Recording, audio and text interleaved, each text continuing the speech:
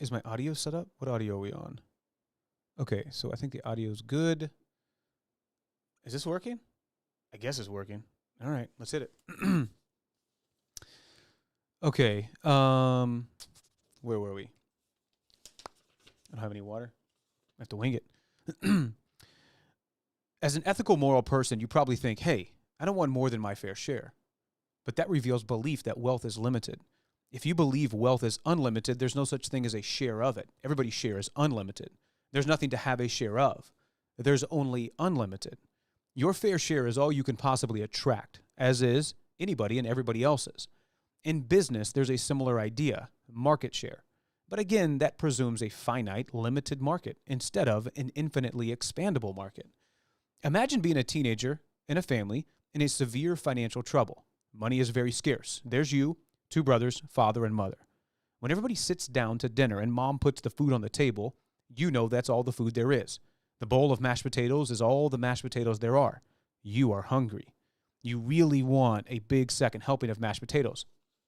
The bowl is right in front of you, within easy reach, but instead of just reaching out, dragging it over and scooping out a pile of potatoes, you stop and look around and see who has potatoes on their plates.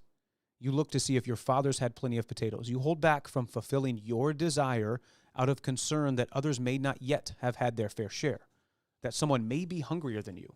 You do not want someone else going hungry as a result of your appetite. I don't have to imagine that. I lived it. Now imagine being a teenager in a family living in an abundant life with great prosperity. When mom puts dinner on the table, you know there's plenty more where that came from. The refrigerator's full of food. So are the cupboards. There are always leftovers after dinner. You are hungry. You really want a big second helping of mashed potatoes. The bowl is right in front of you within easy reach. Without a second thought, you'll reach out, drag the bowl over, and scoop out all of the potatoes you want. In these examples, of course, you're acting consciously. In the first case, in the financially troubled family, you're consciously hold back. Sacrifice. Do not take what is right in front of you for the taking. Similarly, but subconsciously, if you believe at all on any level that wealth is limited, that there's not plenty to go around, you will hold back. You won't take everything that's right in front of you. Your emotions about wealth will be cautious, measured, restricted, suppressed, and timid. If you can make every last smidgen of belief that wealth is limited go away, your attraction of wealth will suddenly, automatically go from modulated, limited, and suppressed to full power and opportunity. Money and wealth will quickly flow to you in greater quantities at greater speed than you've ever before experienced. People actually think and get ingrained in their heads that money taken from person A and moved to person B enriches person B at the expense of person A. Certainly, the liberal politicians either believe it or pander to it, one way or the other. Some religious doctrines and religious leaders posit this idea. There are lots of ways you might get this belief firmly planted in your head, maybe even in elementary school math class. If Johnny has 4 pieces of candy and gives 2 of them to Jim, how many does Johnny have left? The answer needed to ace the quiz is 2, but the math problem ignores the fact that Johnny can simply open his hand and have as many pieces of candy appear in it as he'd like. After all, there's no global shortage of candy. When you actually understand wealth, you know that Johnny can have 4 pieces, give Jim 2 pieces, but then have 42 pieces. What's even weirder and tougher for math teachers is that Johnny is much more likely to have 42 if he does give away 2, and then 4 if he hoards the 4. But that's another topic for a different place in this book. For now, let's keep it simple. The opposite of wealth attraction is wealth inhibition. Most people never even think in terms of getting wealthy. Their thoughts on this subject are limited to buying a lottery ticket or fantasizing about some unknown, long-lost uncle leaving them a fortune in his will. But there are a lot of people who do at some point start seriously trying to figure out how they might convert their knowledge, ability, time, energy, and effort into real wealth. You may be in that group. It may be the reason you were attracted to and purchased this book. So a warning. The majority of people in this group never get traction, never get going, never get wealthy because they suffer from wealth inhibition. If you believe wealth is limited, if you view it as a zero-sum game, you are inhibited.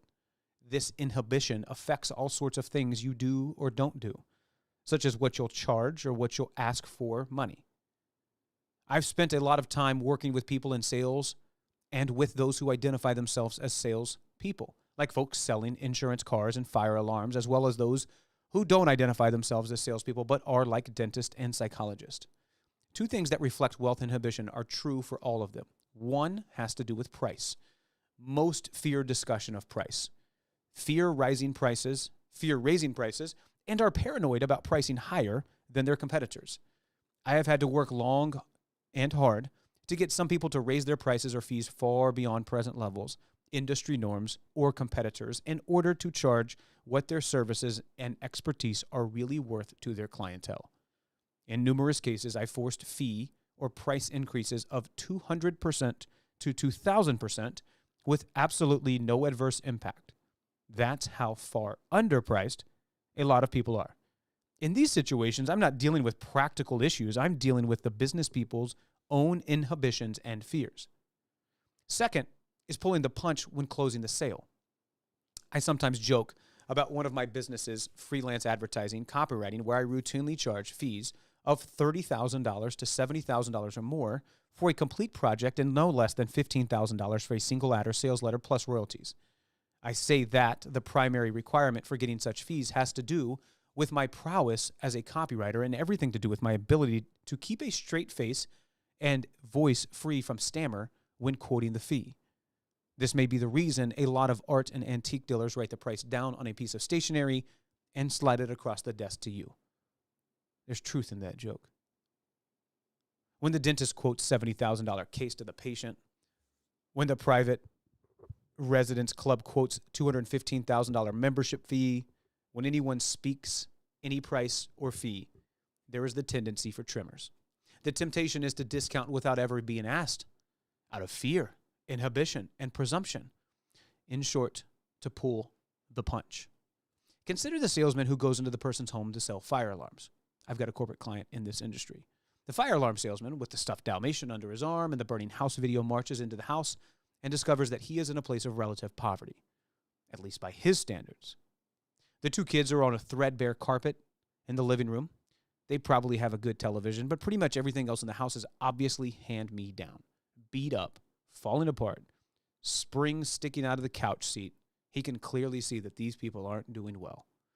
Conversationally, he discovers Papa hasn't worked in 4 months, and the kid's got some kind of problem that causes big medical bills, and on and on and on. The salesperson becomes increasingly queasy about closing these people on the $1,000 fire alarm sale. And in many cases, he will not close the sale.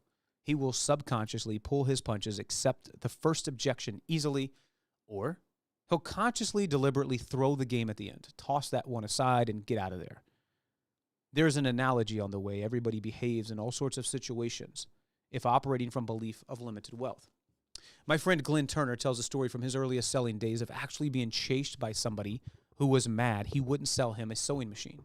Glenn thought the person couldn't afford it, shouldn't go into debt and buy it, and obviously cut his presentation short and abruptly got up and left. He was literally chased down the street and caught by the husband who called him on not trying to make the sale. How dare you think for me? I've got a right to buy the thing for my wife if I want to. My speaking colleague, Zig Ziglar, has a similar story from his earliest days selling cookware about the customer that was saving up the money to put in indoor plumbing. Discovering they didn't even have indoor plumbing, Zig backed off and didn't try to close the sale on the cookware. The people were annoyed, and they really wanted the pots and pans. The husband said, "We can put the plumbing in later. Mama wants those pots now." The queasiness about price, about who somebody is selling to, and their ability to pay, and their ability to afford, is all deadly. And the truth is, anytime you start to make those decisions for other people, it really reflects more about what's going on internally with you than it does about anything else. There's something else to be clear about. People who are without money, who you perceive to be disadvantaged for one reason or another, and whom you question whether you should sell or are going to be without money next week too, regardless of whether you get any of their money. The reason they're without money has absolutely nothing whatsoever to do with your existence, what you sell or fail to sell, nor does it have to do with the way money works in the real world. It has to do with them. And whether you take it, somebody else takes it, the liquor store takes it, the church takes it, or whoever takes it, I promise you, somebody's getting it. Because if they're without money now, they're going to be without money again. And most of them are going to be without money permanently because they never gain or act on an understanding of how money works. I know that sounds harsh. And you may not be face-to-face salesperson and never need to sit across a desk or a table from someone you think can't afford it and sell it to them anyway. But the truth about this particular situation is the bigger truth about the entire world of money and wealth.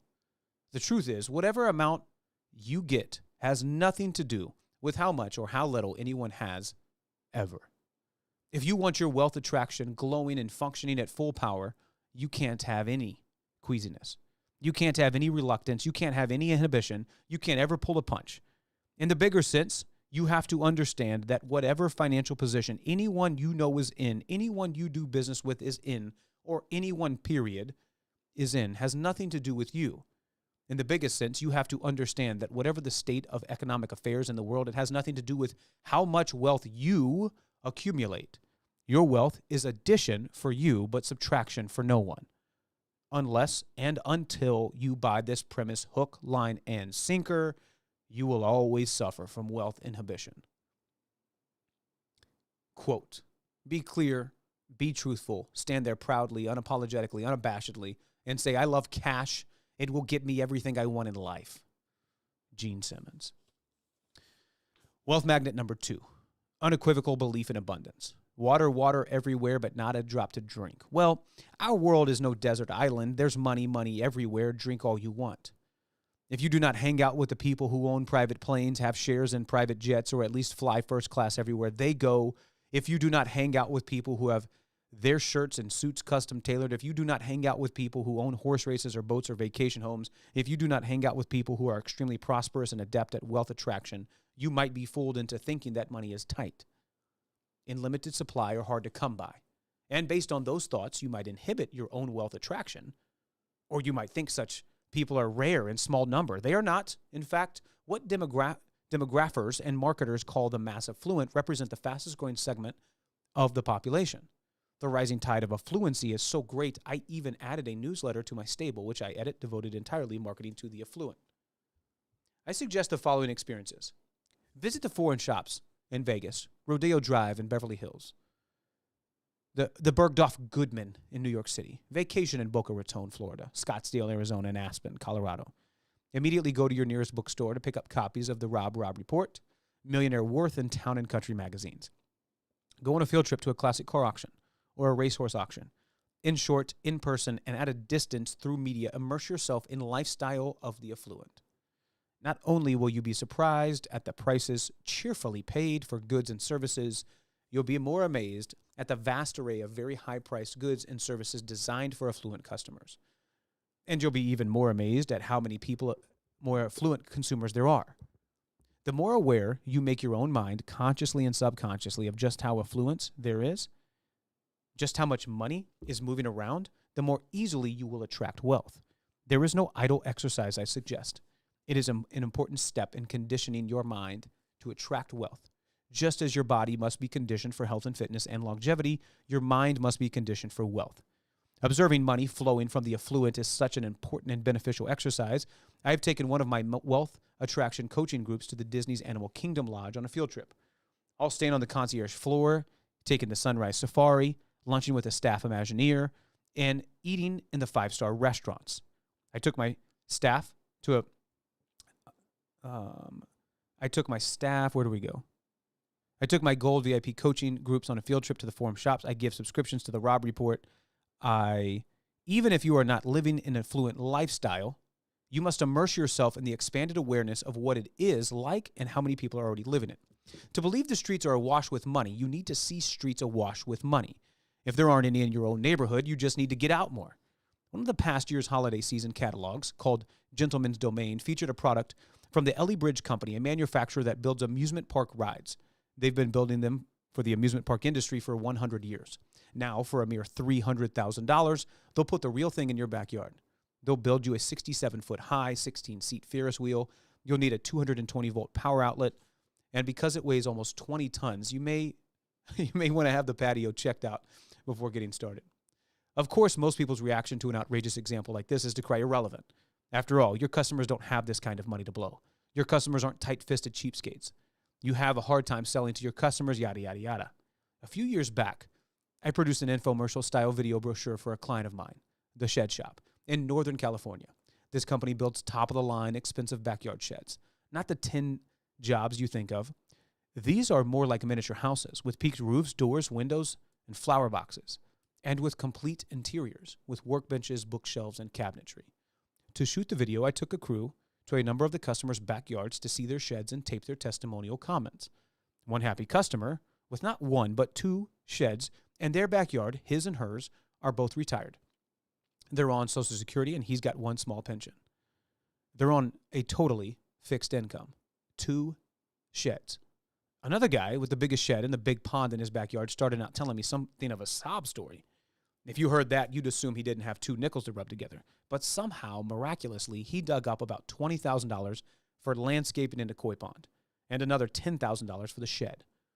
The truth all smart marketers know is everybody somehow has plenty of money to buy whatever they decide they want to buy. Let me read that one more time. The truth all smart marketers know is everybody somehow has plenty of money to buy whatever they decide they want to buy. Lots of people complain about how tough they have it, raising a family, having 3 kids, both parents having to work. Both parents and all 3 kids have cell phones, which is about $90 a month in charges per cell phone. Both of the older kids are not the one, but several activities, dance, karate, little league. Both parents drive big new gas-guzzling SUVs. There's a satellite dish on the side of the house, a big screen TV in the den, and a TV in every bedroom. They wouldn't know tough if it bit them in the butt. And they freely buy whatever they decide to buy. It is a huge, huge mistake for you to accept any part of the suggestion that money is tight or hard to come by. That your customers don't have money or won't spend it. And if by some rare freak, let's come over here. Maybe this guy. Can we get this guy going? Yeah, that's better. Bam. Okay. It is a huge, huge mistake to accept for any part of suggestion that money's tight or hard to get, that your customers don't have the money or won't spend it. If by some freak, rare, incredible chance you actually have managed to put yourself in a position where the people you are doing business with are short on money or are tight on spending, Bubba, you choose your customers. Switch to those who freely spend. There are plenty of them out there. The trend is towards mass affluence. Get with it. Beware of the news media. For some perverse reason of its own, about which I have my suspicions, the mainstream media constantly underreports good economic news and overhypes bad economic news. During one of the weeks I was working on this book, the following news items could be found buried. New unemployment claims for preceding month were a full 1% less, yada, yada, yada. The news program I watched on TV covered all of them in under 2 minutes and then devoted 12 minutes to a story of high gasoline prices and a panel of supposed experts speculating on doom scenarios if gas prices continue to rise. It's a huge, huge mistake for you to accept the mainstream media's biased, agenda-driven misrepresentation of the state of the economy or of the amount and level of opportunity in this country. And whatever you do, do not listen to any of the even more outrageously inaccurate assertions of mainstream media. There is a contingent of these types who insist on promoting the idea that there is a teeny tiny group of evil rich versus a gigantic population of viciously oppressed masses for whom there is no opportunity. The spew of these people and others who echo it is toxic. I've written lengthy articles about this. The truth is the biggest, fastest growing, most expansive and expanding segment of the American population is the mass affluent, not the poor. Here's something interesting about affluence. Owning the color TV back in the 1950s in the neighborhood was a sign of affluence. Some people were the only people in the entire neighborhood to have swimming pools. That was a big deal. Getting a new car, a big deal. In the 70s, the 2-car household was affluent. Now it's a 2-car household.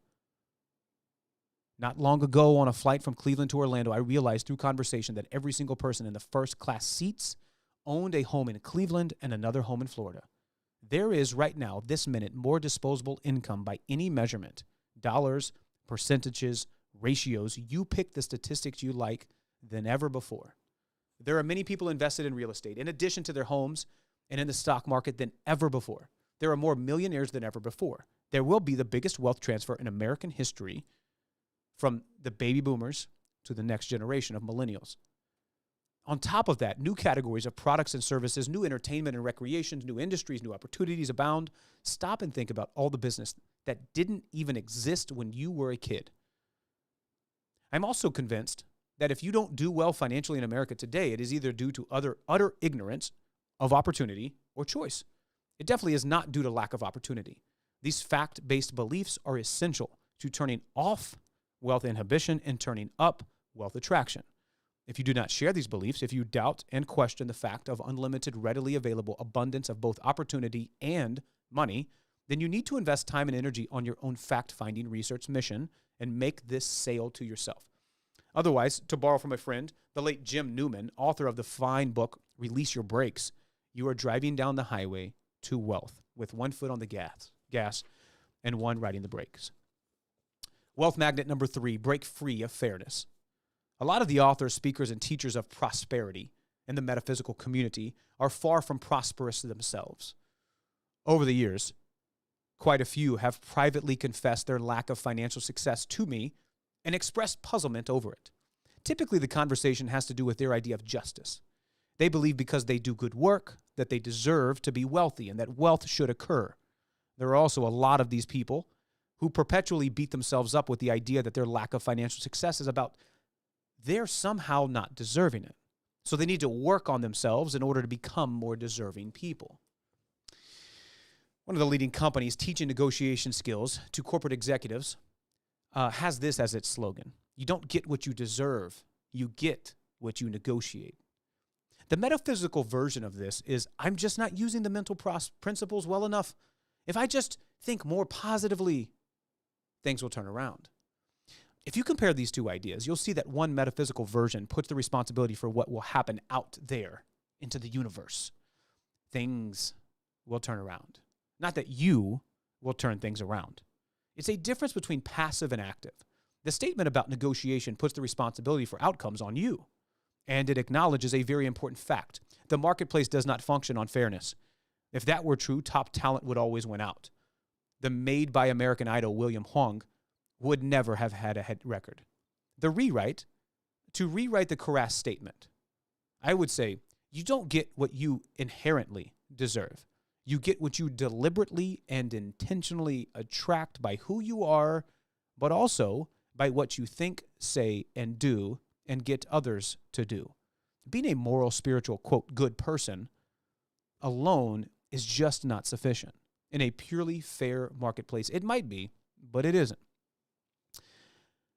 An extension of this sort of thinking is the surprisingly popular argument that 9/11 was the United States' fault, in whole or part, because it has so much and other countries have so little, and because it was an immoral society. So if Americans were just more moral and more generous, they wouldn't deserve what happened on 9/11, and it never would have happened. Therefore, the United States should close the Defense Department, take apart all the money, and divide it up amongst the less fortunate people in all the other countries, and spend it on churches and moral education in this country. Americans don't need a Defense Department, they say. If they are just better people, they'll be more deserving of peace and tranquility and security, and they'll have it. This idea is championed by fools.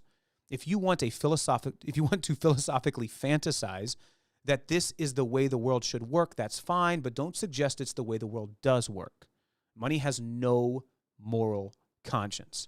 It finds its way to the hands of all types of people, from pornographers to hands of the Bible publishers. And I mean no disrespect to either. Trying to impose your opinions of, quote, good or, quote, bad or, quote, moral or immoral, deserving or undeserving onto money is even more futile than trying to impose them on people. This is a very difficult principle of wealth attraction to accept, but I urge you to try. Quote, rules such as, if I had positive thoughts about prosperity, money will just pour into my life, are just too simplistic to work. Money exists in the physical domain. Money doesn't come from as a result of thoughts in the metaphysical realm. It comes as the result of actions in the physical domain, end quote. Money moves based on non-judgmental market forces, not morality. The difficult truth is that being a good person, being a better person, does not automatically entitle you to wealth, nor does it do anything to directly strengthen your wealth attraction. If you think that you should be financially rewarded because you are honest, hardworking, and kind to old people and pets, you're in for a very disappointing life. If you think God should intervene with the lottery on your behalf because you volunteer at the soup kitchen, you'll wind up disliking God. If you want to easily attract a lot of money, you have to come to grips with what money is and isn't. the very nature of money, the energy of money, and how money moves about from one home to another. Money doesn't have a conscience. It's paper. That's all it is. It's just paper. It's not significantly different than the paper that's in your book. It's green and it's got some kind of woven junk in it so that theoretically a person can't counterfeit it, but it's just paper. It doesn't know if you're a priest or a pornographer. Look, it's paper. That's all it is. Nothing less. It's just paper. It doesn't have a conscience. It doesn't know what you are, doesn't know what you do, doesn't care. It just moves around. That's all. If money or the movement of money functioned on conscience, there never would be an Enron. There couldn't have been a Jesse James. The money would stop before it got to them. It would put on the brakes. It would speak. It would say, wait a minute, you're doing something we don't approve of. We're not coming into your hands. This stuff would work like the Matrix movie. Stop, go back. And you wouldn't be able to get it. Money doesn't do that. It has a different definition of fairness. It moves to those who do things that are magnetic to it. If you put a powerful magnet to the tool bench of a good man or to the tool bench of a bad man, metal filings will still be drawn across the bench to the magnet. That's its fairness. Simple, basic, primal, cause and effect. That doesn't mean you should be a pornographer or a priest. I'm not suggesting that. It doesn't mean that you should run Enron. I'm not suggesting that. In fact, there are very pragmatic arguments for honesty and integrity and for choosing to produce and market products and services that enrich and improve people's lives. What I'm suggesting is you've got to go get your head around your head that by not doing bad things and by doing things that are good, that alone does not attract and multiply wealth. It doesn't. It may make your next life better. You may be in a cool place instead of a warm place. You may not come back as a toad. Whatever your belief system is about afterlife, it may have impact there. But here and now, there are cause and effect principles of wealth attraction completely separated from virtue. Wealth magnet number 4, accepting your role and responsibilities. Oh, you're an entrepreneur, you greedy bastard. Surely you know that's what some people think about you and say about you behind your back.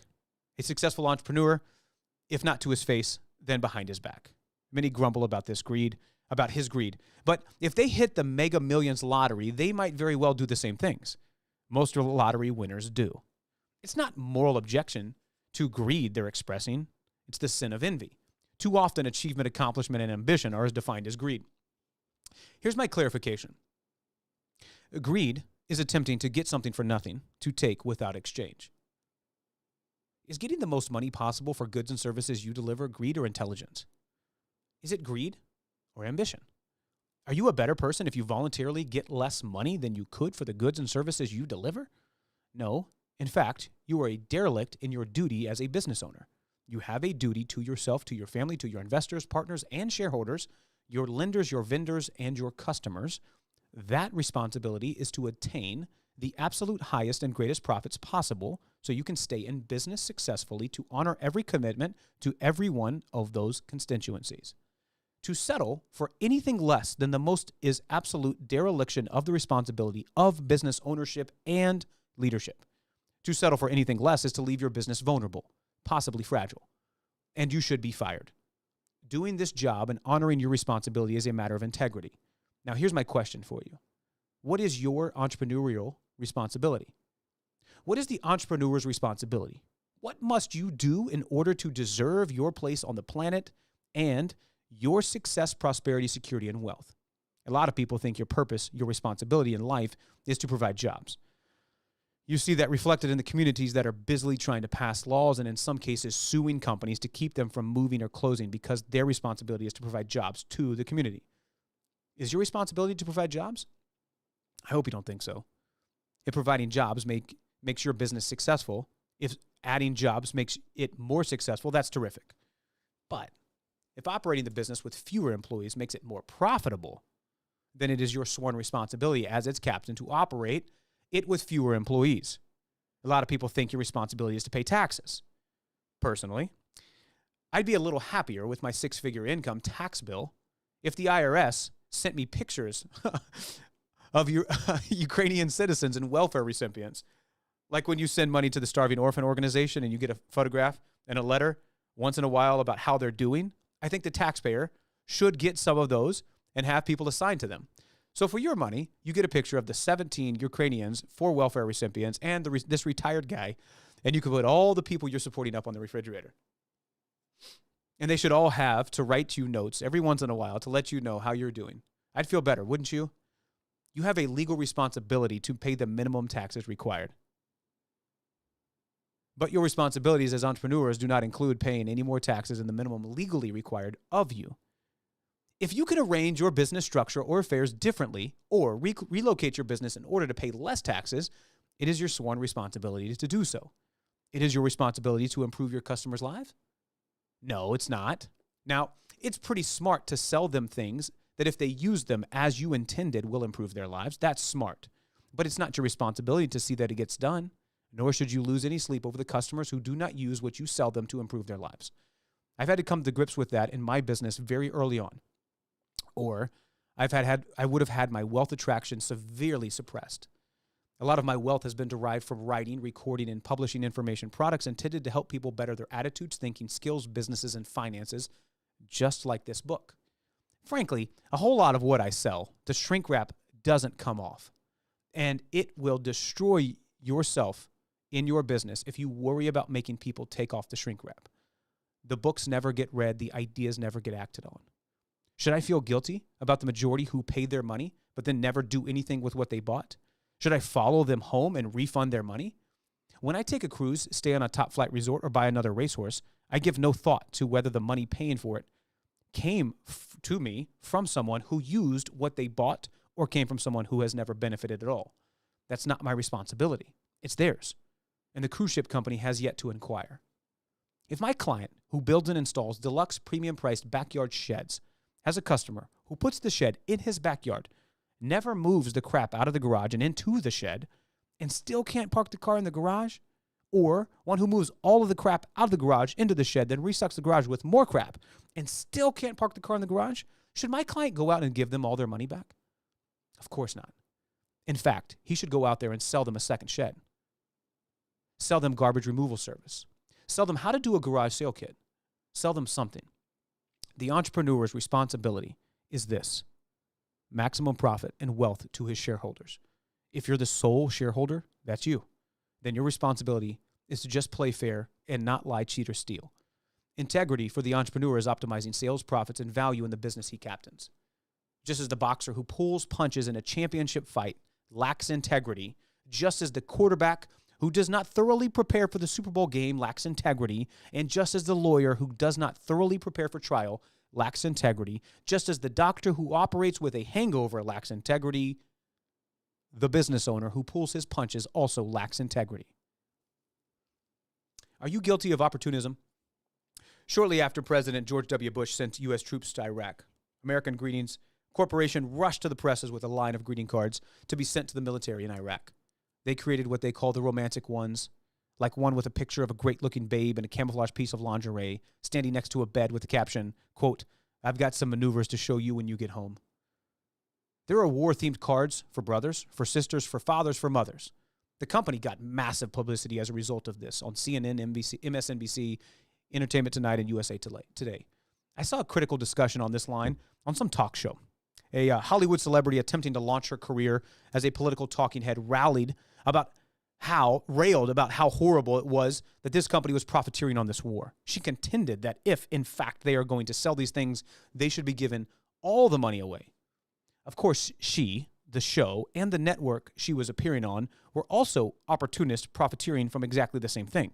The, quote, story of this outrage was their content and their programming. She did not offer to donate her pay for the evening to a charity.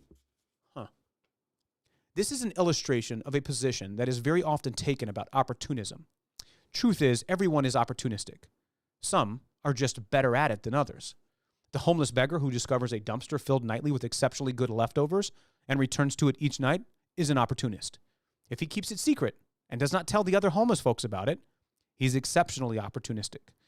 I doubt this celebrity denouncing the greeting card company would criticize the homeless person or recognize and acknowledge her own opportunism. What is viewed as opportunism by many is entrepreneurship. That's what it is. Every man's tragedy is somebody else's opportunity. That's commerce. I have friends and past clients in the fire alarm business. This business wouldn't exist if there weren't fires. You can't sell fire alarms to people where not having houses burned down around them. If there were no fires, there'd be no business. In fact, the local sales organization in this industry very opportunistically targets neighborhoods immediately after a local home has caught fire and burnt to the ground. They position their business as the mission to protect people and save lives.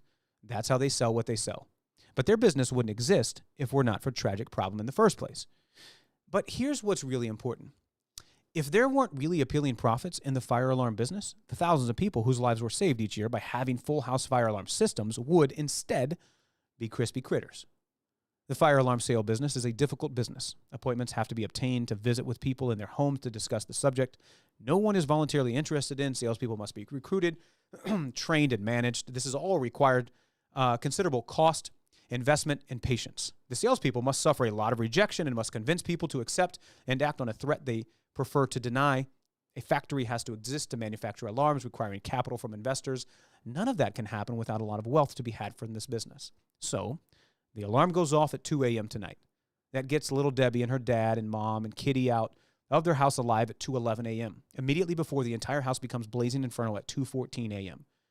Is all on the wall of their home because a greedy, opportunist fire alarm salesperson was in their home last week and delivered a high-pressure sales presentation with all passion and persuasiveness he could muster? So one man's tragedy is another man's opportunity. Entrepreneurship is all about opportunism. A gas station raises its prices on Friday before a holiday weekend. Is its proprietor an evil opportunist? What do you think? It's all part and parcel of what he must do in order to achieve maximum success in his business. Because at other times during the calendar year, there are price wars in his neighborhood, and he sells gas for a loss in order to stay in business. If he's in an extremely competitive environment, he sells his gas at a loss the entire time in order to get repair business into the bays. There are all sorts of fluctuations in his business. He'd better make maximum profit when the opportunity presents itself in order to compensate for the times when he can't make any profits at all. Consider the person who owns a convenience store in the middle of a gang-ridden ghetto where nobody else will open a store. He mostly sells to people who can't get 20 miles away to the nearest supermarket. Therefore, he sells at double what you could buy the same products for if you could get to the supermarket 20 miles away. Is he an evil opportunist? Well, would you open a store there? If his store is not there, how do locals get anything at all? His risk is enormously higher than the guy at the supermarket 20 miles away. Every time he walks into the store, there's a real chance somebody's going to walk in the door and have a weapon. And his theft rate is probably 400% or 500% worse than the supermarket 20 miles away. For assuming all of the added risk, shouldn't he be an opportunist? Getting all this stuff about the greed and opportunism out of your head is critical. As an entrepreneur, you have a particular role in the world. You are a vitally important economic force. You have certain real responsibilities you need to embrace. The illegitimate responsibilities others would impose on you must be rejected. Embrace the rewards you deserve. Wealth magnet number 5, no fear. Is there a dirty little secret behind many wealthy entrepreneur success stories? Yes, but probably not that would instantly pop into most people's mind. Some people think it's luck, who they knew, rich relatives, or disreputable behavior, such as somehow taking ruthless advantage of others, climbing to wealth by stepping on others. It's none of those things. It is a past bankruptcy, or at least a huge failure and a wipeout and near bankruptcy experience. I've personally worked closely with nearly 200 first-generation from-scratch millionaires and multimillionaire entrepreneurs. Nearly half have had bankrupts before finally achieving lasting success and wealth. A significant number of legendary entrepreneurs have bankruptcies in their past. This is true of historical figures as well as contemporary ones. The incredible commonality among successful entrepreneurs is having been broke or formerly gone through bankruptcy. There are reasons. Here's some bankruptcy alumni. P.T. Barnum, David Buick, founder of Buick Motors, Walt Disney, James Folger, founder of Folgers Coffee, Henry Ford, Conrad Hilton, J.C. Penney, Sam Walton, William Fox. He's the founder of 20th Century Fox. H.J. Heinz, Heinz Ketchup, Frank Lloyd Wright. For one thing, entrepreneurial success and wealth creation, as well as wealth attraction, requires a willingness to risk and experience failure and the emotional resiliency to recover from it quickly, decisively, passionately, and persistently. Hardly anybody ever gets success via a straight line. So the past bankruptcy is revealing to this trait. May have been instrumental in the development of this trait or both. But more important, in my opinion, bankruptcy is one of those profound experiences that leads the entrepreneur to full and complete understanding of just how replaceable money is. When you experience a bankruptcy, you feel as if your life is over, that you'll never recover, that you'll forever have a big red B on your forehead, that you'll never get credit. Then when you discover none of that is true and that money is readily available, wealth replaceable more quickly and easily than the first time around, the light bulb comes on full power. It's a huge aha moment and a giant, well, I'll be damned. From the moment on that realization forward, your fears about money are permanently banished and erased.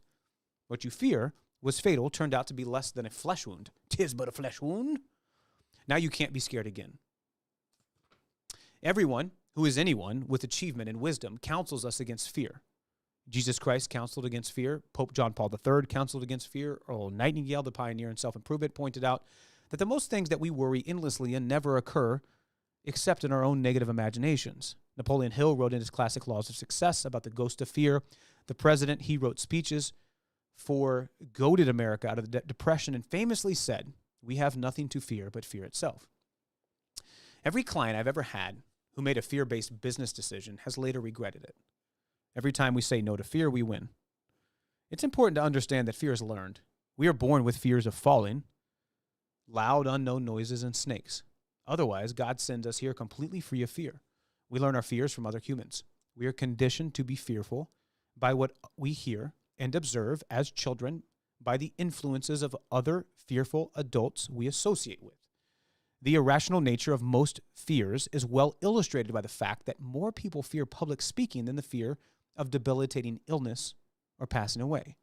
More people fear airplane travel than automobile travel, even though statistically air travel is infinitely safer. It is my observation and conviction that more people are inhibited by their fears about money than by any other kind of fear. People fear not having it, but they also fear being changed by having it. They fear making poor decisions about it. They fear running out of it before they pass away. They fear losing it most of all. The best people and even the wealthiest still have a whole lot of emotional baggage and BS connected to the money in their closets. After my bankruptcy, which I feared would be fatal, I quickly discovered that it was a mere bump in the road, and my fears were replaced with a rapidly growing confidence. Many years later, my wife and I divorced after 22 years of marriage, one half of all the wealth accumulated in the prior 10 years or so, a considerable amount, marched out the door with her. You could say it was at least 10 years of wealth. I easily replaced it in less than 18 months. I nearly doubled it in 24 months. All of my prior experiences, including what I'd learned from my bankruptcy recovery, proved to be worth far more than the actual money that moved out with her. I had zero fears about the loss of money, about the difficulty of replacing it, or about it having any adverse impact on my life or lifestyle. I just strolled over to the wall, adjusted the thermostat of my wealth attraction powers, and let the coffers refill, then overflow. This is not to suggest license to behave recklessly or foolishly with your wealth. Waste, imprudence, or irresponsibility is almost always punished because such behavior is repulsive to money. But confidence magnetically attracts it because confidence reflects real understanding, and everyone and everything is attracted to understanding. Consider an analogy. Something you once did not understand, found incredibly difficult, is not impossible to do, and hoped you would not encounter or have to deal with. Often there's some single simple trick that changes everything. For example, if you attempt to assemble difficult jigsaw puzzles with a zillion pieces and you don't know that it helps enormously to build the outside four sides first, you may be stymied and frustrated until somebody takes pity on you and shows you the trick. Oh, now I understand. That moment is wonderful. Well, here's the trick about money. Understanding that it's available in unlimited supply and readily replaceable changes everything. Number 6, no excuses. Few people are attracted to whiners, complainers, excuse makers, or wimps. Hanging out with a victim is not appealing to most reasonably sane people. Who wants to be around or involved with an emotional cripple? The person in the victim shirt tends to wear out his welcome early, as he should. This thinking, these beliefs, and his behavior are even more repellent to money and wealth than they were to other people. I explained that power is derived from taking responsibility, weakness from disavowing it. Here, I will add that wealth is attracted by taking responsibility and repelled by disavowing it. It is interesting and a bit frustrating to me to watch the debate over the gap between worker and top executive compensation in corporate America play out, especially the strident complaints about extraordinarily high CEO pay. What that complaints ignore is the responsibility differential. The pay differential is admittedly extreme, but the responsibility differential is still more extreme. An automobile manufacturing company is a good example. The company makes ships, sells, and delivers 450,000 dangerously defective cars, which must now be recalled. This cost the company and its shareholders millions of dollars, putting it at a competitive disadvantage in the marketplace and furthering the economic damage and harming the ability of the dealers and salespeople to make their livings as well. The worker on the assembly line and the factory supervisors get off scot-free with zero responsibility. They do not need to give back any of their pay or perks. They get to go home on Friday unaffected and unconcerned without penalty. The CEO winds up with all the responsibility. He must answer to his board, the shareholders, Wall Street, the news media, the dealers, the customers, and the insurance company. He does not go home that Friday unaffected and unconcerned, not by a long shot. Yes, he has a large income and stock options. He has wealth and he has power, but he also has enormous responsibility. The two are not coincidentally or incidentally linked. They are instead cause and effect. In most cases, he has risen, more accurately climbed, to his CEO post over time by the act of taking on more and more responsibility. Others have chosen not to seek or take on more responsibility. Keyword chosen. In fact, most shrink it, shirk it, hide from it. The CEO's power and wealth has flowed to him as he has reached out and grabbed more and more responsibility. He has taken on greater and greater risk. It is his willingness to take on responsibility that brought him his wealth. In the world of the entrepreneur, there is even clearer correlation between the taking on of responsibility and risk and the attraction of opportunity and wealth. If, as the saying goes, you can't stand the heat, stay out of the kitchen.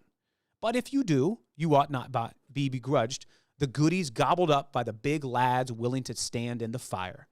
As an entrepreneur, you are going to screw up, and you are going to have bad things happen on your watch that you actually had no hand in or feel you couldn't possibly prevent. That's a given. What's important to understand is that the world watches and responds to the way you handle these situations. If you blame others, blame circumstances, or offer up excuses, you telegraph weakness. If you step up, accept responsibility, offer no excuses, and roll up your sleeves and get to work, you telegraph strength and command respect. With excuse making, you may obtain some sympathy and pity, but at the price of respect. And wealth is never transferred based on pity. It moves based on respect. Wealth attraction power has a great deal to do with self-respect and the respect of others. And that has a great deal to do with your acceptance, even your embrace of responsibility.